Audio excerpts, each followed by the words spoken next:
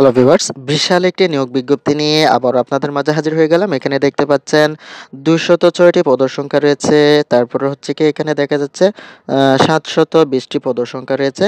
তারপরে এখানে দেখতে পাচ্ছেন আরও রয়েছে ২৫৭টি পদসংখ্যা, দেন আবারও দেখা যাচ্ছে ১৭১টি পদসংখ্যা। তারপরে এখানে আরও পদসংখ্যা রয়েছে, অনেক ভালো পদসংখ্যা ৩৬১টি পদসংখ্যা। তো এই নিয়োগ বিজ্ঞপ্তিটি উপস্থাপন করার জন্য আবারও আপনাদের মাঝে হাজির হয়ে গেলাম। এই নিয়োগ বিজ্ঞপ্তিটি প্রকাশিত হয়েছে গণপ্রজাতন্ত্রী বাংলাদেশ সরকারের স্থানীয় সরকার প্রকৌশল অধিদপ্তর থেকে। আর এই নিয়োগ বিজ্ঞপ্তিতে আপনি বাংলাদেশের প্রায় সকল জেলা থেকে ছেলে মেয়ে উভয়ে আবেদন করতে পারবেন আপনাদের নিজেদের শিক্ষাগত যোগ্যতা অনুযায়ী। এই নিয়োগ বিজ্ঞপ্তিতে কিভাবে আবেদন করবেন, আবেদন করার শুরু এবং শেষ তারিখ, কোন পদের জন্য আবেদন করতে গেলে আপনাকে কত টাকা পেমেন্ট করতে হবে, সমস্ত কিছু দেখিয়ে দেওয়া হবে আমাদের আজকের ভিডিওতে। তো ভিডিওটি শুরু করব। ভিডিও শুরু করার আগে ছোট্ট একটা রিকোয়েস্ট, আপনি যদি এখনো পর্যন্ত আমাদের চ্যানেলটি সাবস্ক্রাইব না করে থাকেন তাহলে আমাদের চ্যানেলটি এখনই সাবস্ক্রাইব করে রাখুন। তো চলুন ভিডিওটি শুরু করা যাক। আমরা প্রথমেই এখানে শুরু করতে যাচ্ছি। এখানে দেখা যাচ্ছে প্রথমে ক্রমিক নম্বর, দেন পদের নাম, বেতন স্কেল, বয়সসীমা, পদের সংখ্যা, প্রয়োজনীয় যোগ্যতা, যে সকল জেলার প্রার্থীগণ আবেদন করতে পারবেন। আমরা এখানে শেষ থেকে শুরু করতে যাচ্ছি। শেষ থেকে বলতে এখানে যে ১০ নম্বর পদটি রয়েছে, আমরা নিচের দিক থেকে উপর দিকে আসব। ১০ নম্বর পদের জন্য আমরা এখানে দেখতে পাচ্ছি অফিস সহকারী। এখানে বেতন হবে ২২,৪৯০ টাকা। আর পদের সংখ্যা রয়েছে হচ্ছে এখানে ১৭১টি। কোনো শিক্ষিত বোর্ড হতে এখানে শুধুমাত্র উচ্চ মাধ্যমিক সার্টিফিকেট পাস করে আবেদন করতে পারবেন। ৯ নম্বরে দেখা যাচ্ছে অফিস সহকারী কাম কম্পিউটার মুদ্রাক্ষরিক। এখানে বেতন হবে ২৫৭টি। কোনো শিক্ষিত বোর্ড হতে এখানে শুধুমাত্র দ্বিতীয় শ্রেণী বা সমমানের জিপিএতে উচ্চ মাধ্যমিক সার্টিফিকেট পাস করে আবেদন করতে পারবেন।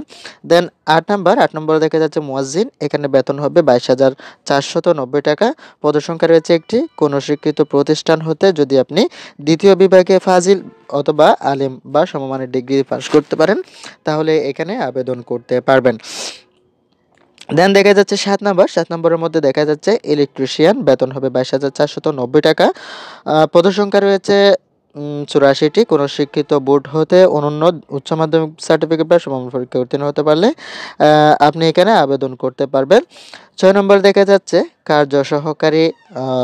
বেতন হবে ২২,৪৯০ টাকা। পদসংখ্যা রয়েছে অনেক ভালো একটা পদসংখ্যা, ৭২০টি পদসংখ্যা রয়েছে। এখানে আবেদন করতে গেলে আপনার শুধুমাত্র উচ্চ মাধ্যমিক সার্টিফিকেট যদি আপনি পাস করতে পারেন তাহলে আবেদন করতে পারবেন। দেন ৫ নম্বরে দেখা যাচ্ছে সার্ভেয়ার। বেতন হবে ২২,৪৯০ টাকা। পদসংখ্যা রয়েছে ৮৮টি। কোনো শিক্ষিত ইনস্টিটিউট বা শিক্ষা প্রতিষ্ঠান হতে যদি আপনি সার্ভেতে ডিপ্লোমা করতে পারেন তাহলে এইখানে আবেদন করতে পারবেন। দেন দেখা যাচ্ছে হিসাব সহকারী।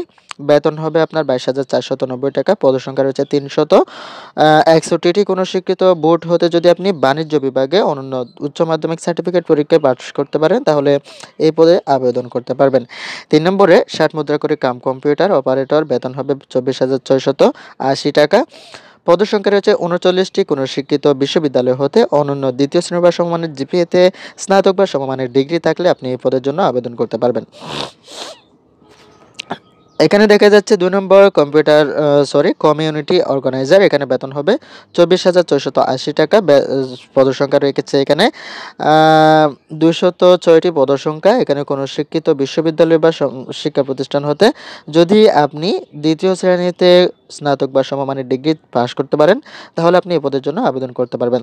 দেন এখানে প্রথমে ১ নম্বর যেটি পদ রয়েছে, ১ নম্বর পদের জন্য নাম রয়েছে কি ৬০ মুদ্রা করে কাম কম্পিউটার অপারেটর।